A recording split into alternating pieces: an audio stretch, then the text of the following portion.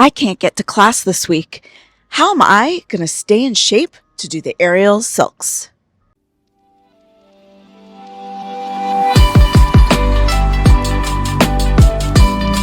Hi everyone, my name is Laurie. Welcome back to the channel. Well, I am coming to you all today from Long Island. This is where my family lives, and many years ago, a girlfriend gifted me this little baby aerial rig. Now, I don't know the brand of this one, but if you are seeking an aerial rig, or if you are in the market for one, I'm going to post some links below for some good ones on Amazon that are very similar to this one. Now, I did get both this mat and these aerial silks on Amazon. This mat is no longer on sale. I am going to post a link for another mat that my friend has. And I did get these aerial silks on Amazon about 5 years ago. So when I first got this rig in about 2019, I also had these purple silks that I use sometimes. I switch between the red and the purple, and all of my classmates were like, how you're not going to be able to train on that. Like, that was a waste. What's even the point of owning that? And little by little, I proved them wrong. As soon as the pandemic hit, all of my friends who were no longer able to access space lost a lot of their strength. Meanwhile, I'm here with this maybe 8 feet of silks, still able to work on my inversions, still able to practice, still able to work on basic sequences. And this little rig has just been a godsend to me. So I'm out here cat sitting for my folks, and I thought today I would show you some of the conditioning exercises that I do to stay in shape when I'm out here and I don't really have access to classes and I don't really have time to leave the house to go train. So let's get into it. As we get into it, I just want to say some of these exercises will be accessible for my newer silks babies, but for the most part, these are going to be advanced beginner / intermediate exercises. That's because I consider myself advanced beginner intermediate, so obviously I have to condition at that level. While I will break down exercises a little, I'm not going to give different experience levels of each exercise, which I sometimes do. I do have some old conditioning videos. I'll tag one at the end of this video so you can go back and watch that one if you want. But for today, I'm just showing you guys exactly what I do for conditioning to get stronger on the silks. So first things first, this is intro accessible. I do shoulder shrugs. I usually start with 2 arms. I like to do a single wrist wrap. These silks are a little slippery. My purple ones are a lot less slippery. So when I train with my purple ones, I just grab the silks. But when I train with these, I don't want my hands slipping and sliding. So I just do a single wrist wrap, sink my body down, come to my tippy toes, make sure my pelvis is slightly tucked. I'll come to the side and just do about 10 shoulder shrugs. This is a great way to just warm up your shoulders, as most of you probably know. Sometimes when I'm feeling like beast mode, I'll do one at a time. If that is the case, I still single wrist wrap my wrist, make sure my shoulders slightly forward, sink my body weight down, tuck my pelvis, step my feet forward, and do my single shrugs. If I'm doing a single, I like to do 6 on each side. All right, next up, just to get those abs warm and ready, I'll do a couple of knee raises with long arms. So I reach my arms up nice and wide. Once again, I make sure my shoulders are rotated slightly forward, single wrist wrap. And then all I do is lift my knees up as high as I can, tap my tippy toes to the ground. One thing I don't like to do is rush this. I go nice and slow.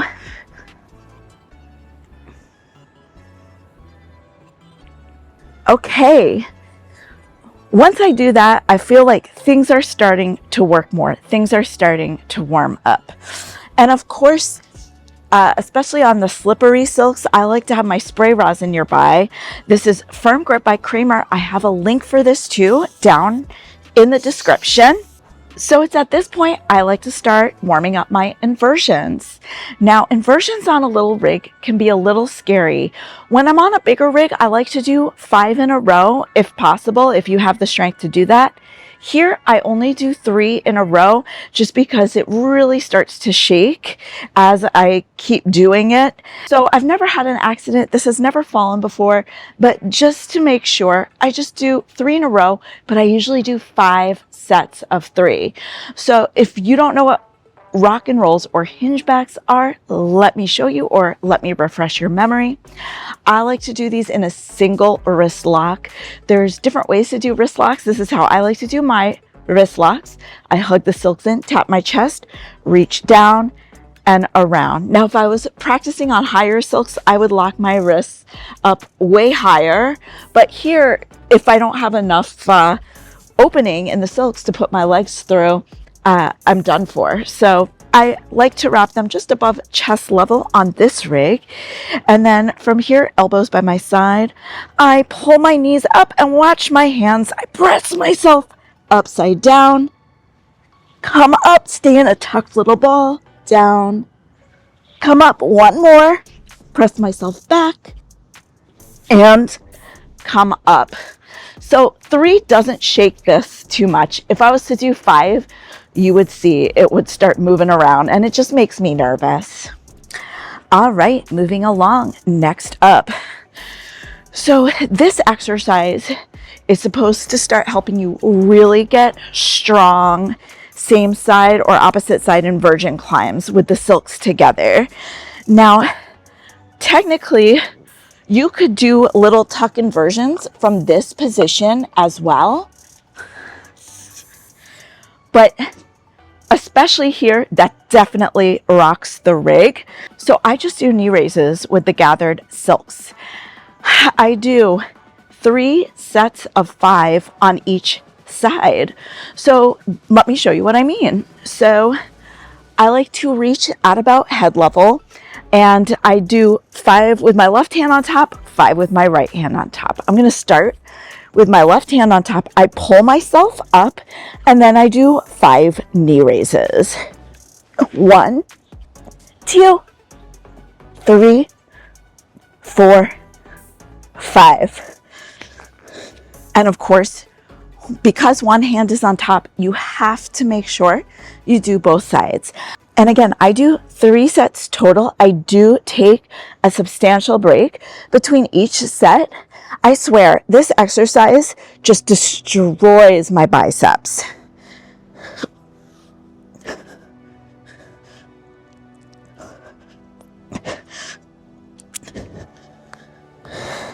Great. All right, next up, I like to work on my meat hooks. So a meat hook is something that is definitely more advanced, beginner, intermediate. There are ways of breaking it down. Again, I don't do the easier ways. I just do the meat hook from wrist locks. So that's what I'm going to demo right now. So I start from my wrist lock. Again, I can't lock too high, unfortunately. And one thing that I do fight with this rig is sometimes my legs hit the side when I do go into a straddle. So I like to go through these really slow. And whenever I'm inverting into a straddle, I always like to challenge myself with straight legs. So because of that, and because I don't want to hit my feet against the sides, I'm going to go at an ankle. So I put my feet out and then straight leg, and then I make sure to lift my hips and squeeze my shoulders.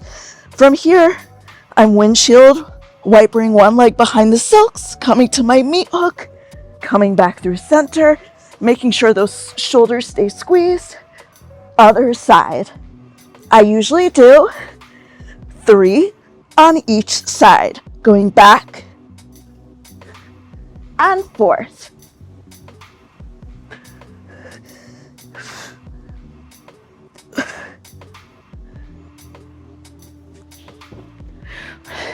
And again, the slower I go, the less this whole thing shakes and the better off I feel. Now, It's at this point when my arms are starting to burn a little bit, so I like to take an ab break. I make a little hammock in the silks.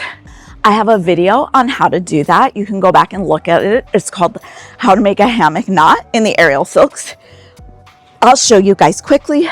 I just backhand, my hand goes down, around and up, and then another half.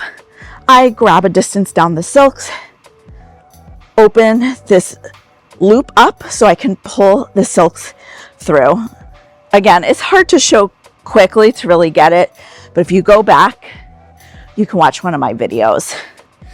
So this is just a core exercise, hollow body hold, that I like to hold for 10 seconds, 3 times with a break in between. So I come back into my loop, and whenever I go upside down in my loop, I always like to challenge myself. So I sink down into the loop. This is going to be great for cross back straddle work. And of course, if you want to do a bunch of these in a row for strength, this is a great exercise too.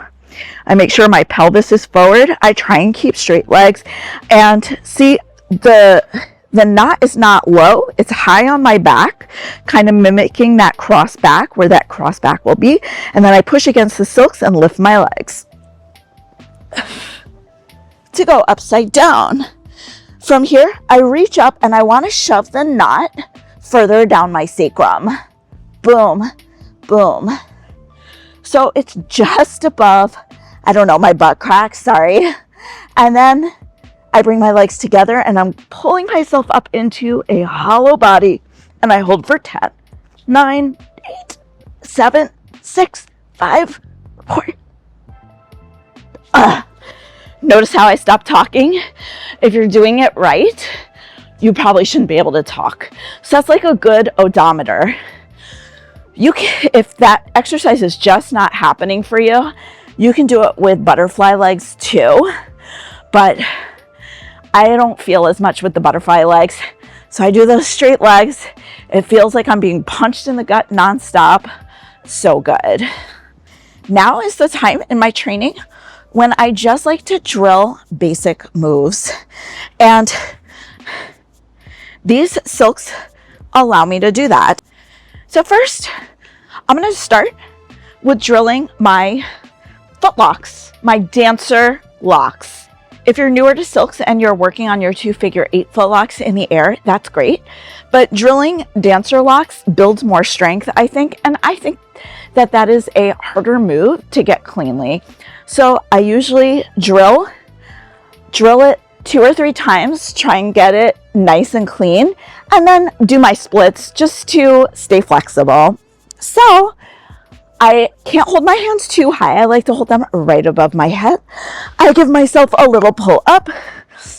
I wrap once, and then I egg beater the second time here. I let myself slide down quite a bit, and then I pull myself up to step back in. From here, if you're not quite warmed up yet, you can do some lunges first, but then you can do your splits. And of course,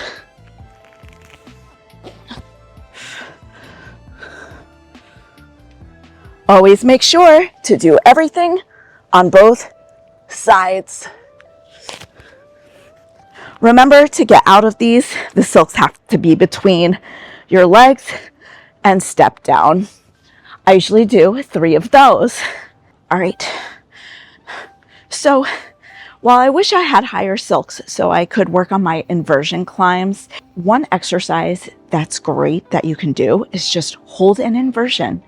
How often do we just hook our knee in our inversion climb before we've even lifted our hips up? Here, I just hold that inversion. I count to 10 in my head and then come down and do it on the other side. I do 3 sets, once on each side, 10 counts with breaks in between. So let me show you what I mean. I'll start with my right hand on top. This time, again, I want to be careful not to hit the side of the silks. I have my hands just above my head. Of course, if you're newer to inverting on the silks, please hold your hands a little lower. And I'm gonna try and do straight legs. My foot might kick this side, so then I might bend my knees a little, but I come right up into that inversion, lift my hips and hold for 10, 9, 8, 7, 6, 5, 4, 3, 2, 1. And even if you can only hold it once, make sure you do both sides. Next up, hip keys. So unfortunately, we can't really work on our hip keys in the air, although I suppose you could do a baby climb up and try them from there. But I focus on having a nice, clean hip keys from the ground. So I want to have that full fan kick. I try to position myself where I won't hit the side of the rig. Again, make sure I'm starting for success. And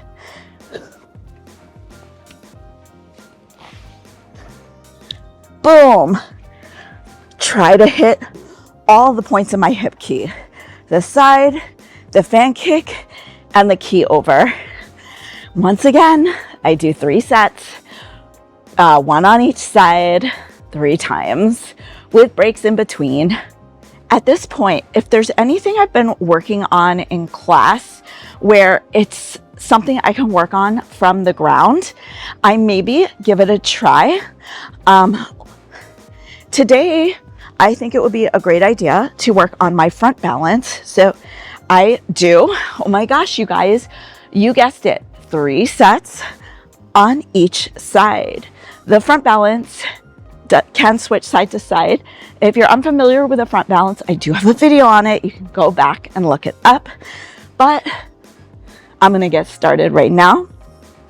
So the front balance, if you recall, starts from the opposite side. So of course, I don't want to start too high.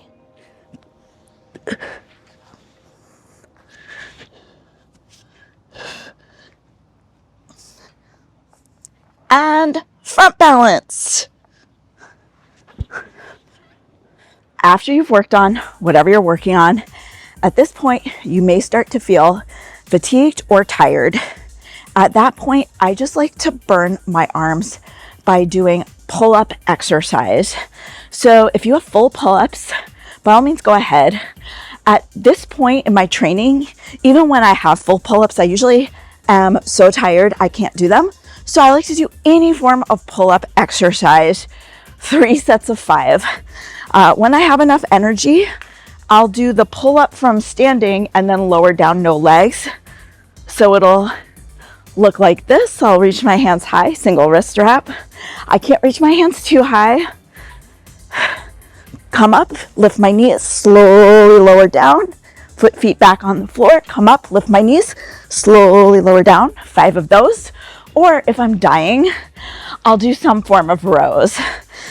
So with my rows, I single wrist strap really low at chest level. And there's 2 forms of rows I do. If I can stand it, I'll do long leg rows. So I'll stretch my legs out long. I have to come even a little further than my mat and then pull my chest to the silks. Or if I'm just dying, feet flat on the ground, lift the hips, chest to the silks here. And that's it. That's what I do out here. Of course, give or take a few exercises. Sometimes I may work on straddle inversions instead of hinge backs. Sometimes I may work on a single inversion climb on each side. Sometimes I have like a pathway that I want to work through for a sequence. But more or less, this is my routine. And I find that when I'm out here for an extended period of time, if I do it every other day, when I get back to class in the city, I don't feel so out of it. So let me know what you think of this in the comments. Do you like these exercises? Do you have some better exercises that you would think would benefit me more? I'd love to hear them. Also, don't forget, there's codes for mats, silks, rigs, spray rosin in the description below. And until the next time, I hope you have a fit and fabulous day. Bye-bye.